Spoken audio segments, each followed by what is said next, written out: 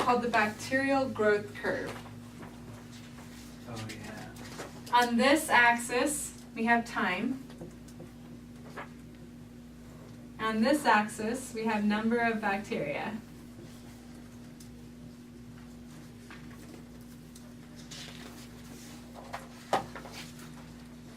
Now, just to kind of preface what we're doing, let's imagine that we had a nutrient broth in a test tube, okay?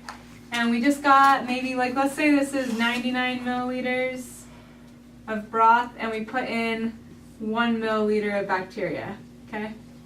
And let's just make up a number. Let's say that 1 milliliter has 100 bacteria in it, okay? Probably has a lot more than that, but let's just say, hypothetically, okay? So when I first put my bacteria in here, we're at 100, right? Okay. Now time's going on, and what's happening here? Or what isn't happening here? Right here first. They don't Oh, they just stay the same amount? They're not replicating. Why? Do I not have enough nutrients in my nutrient broth? Maybe. It takes time for them to replicate at first, right? Why? They have to undergo binary fission and all these things. That could happen pretty quickly. Have you guys ever bought like a goldfish or something? What happens when you first put them in their new bowl with their new water? Shocked, right? Yeah, they're just kind of like, and they just lay there, and you're like, oh my gosh, I killed my goldfish. But then it starts swimming, right? That's what the bacteria feel like. They were in this happy place, and then you took them out of what they knew and put them in this new place. And so at first, time's going by, and they're all like, okay, where am I? If they like oxygen, they're like, okay, is there oxygen around here? If they like it at a certain temperature, like, okay, is it too hot? Is it too cold? They're testing it out. They're saying, do I like it here? So the number of bacteria isn't increasing, but the time is still going. Does that make sense? Does anyone know what this is called? WAG phase. So just kind of testing it out. Do I like this? Can I even replicate here if I want to? Because what do they need to replicate? They need nutrients, right? And they're like, is there nutrients? They have to test it out first. Okay? Any questions on that? So I told you I put them in a nutrient broth. And we want the bacteria to grow, right? So we give them everything they could ever want in one test tube. And then they realize that, and they're just like, yeah, okay, forget this. I love it here. So what are they going to start doing? Taking allocating. They're going to go crazy. There's a fancy word, and you already said it. There's a fancy word for bacterial replication. Binary fission. Binary fission. I'm never going to say bacterial replication again. It's called binary fission, okay? So binary fission just goes nuts here. They're like, wow, this place is awesome. For me, it'd be like peanut butter and chocolate. I love peanut butter and chocolate. That's what this area is for them. Okay? So what is this phase called? Binary. That's what's happening during it, but it's called the exponential growth phase.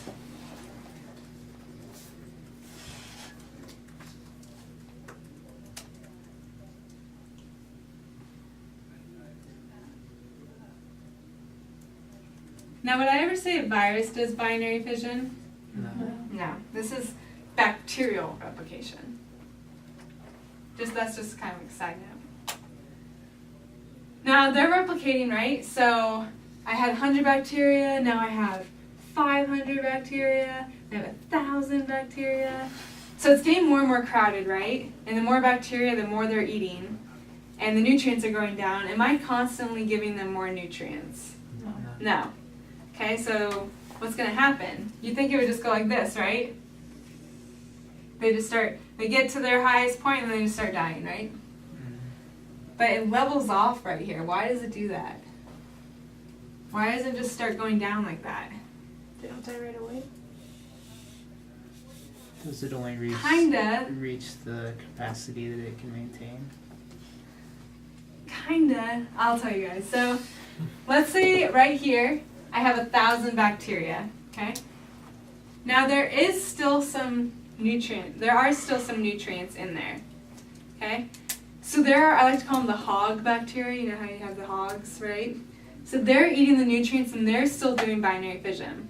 But they're hogging the nutrients from the other bacteria. and they're not replicating anymore and they start dying. So if I have 1,000 bacteria at time 0, okay, and then 100 more bacteria are born, and 100 die, how many bacteria do I have? 1,000. Okay? So the amount that are growing levels out with the amount that are dying. Okay. Does that make sense? Mm-hmm. That is called stationary phase. And he loves that one. So Great. let me know right now if that doesn't make sense. Is that good for everyone? So it's dying as fast as they're growing. Yeah, They're growing as exactly. fast as they're dying. It's just happening at the same time, so it levels off. yeah. Okay. Now eventually there are going to be so few nutrients that the amount dying is going to be greater than the amount growing, right? And that's when it starts to go down. That's when it starts to go down. Notice how it doesn't happen immediately. It kind of plateaus and then it goes down. This is the hardest name to remember. So is it, Death is it phase. kind of Death like phase, yeah. another lag phase, the stationary phase? Well, when we say lag, we're saying no binary fission. Okay. Binary fission's still happening there. Without binary fission, it would go down. Okay. Is that okay? Yeah. So yeah, this is the hardest one, death phase. Eventually, they're all going to die, right? So the amount dying is going to be greater than the amount living, and eventually it's going to go all the way down. So is that why